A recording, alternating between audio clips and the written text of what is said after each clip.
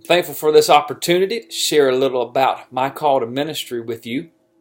I began preaching at the age of 19 as a freshman at Kennesaw State University.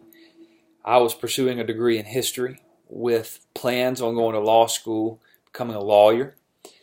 But it was during that very first semester of college that the Lord got my attention, and His plan was something very different than the plan that I was pursuing.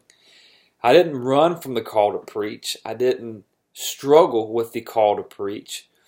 Once God had burned that call into my heart and my soul, and once I confirmed that during a season of prayer and getting wisdom from others around me, I knew exactly what it was that God wanted me to do, and I went head first pursuing that goal and that calling. I'm very thankful. I was very humbled that God would call someone such as myself.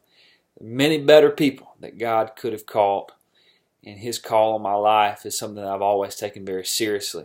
I believe the call to preach, the call to pastor is a solemn responsibility, not given to everyone, but doesn't make anyone better than those who aren't called to that particular ministry.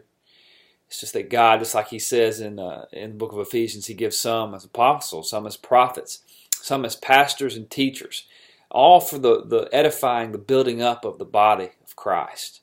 I believe that's what God has called me to do. And once I surrendered to that call and began to pursue that call, prepare for that calling, I was filled with such a sense of peace and purpose. I knew I'm doing exactly what I was meant to do.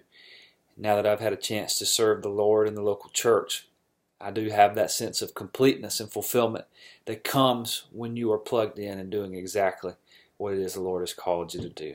That's a short little bit about my testimony of being called to ministry. I hope it helps. I hope it's an encouragement to you today, and I appreciate you taking the time to watch this video.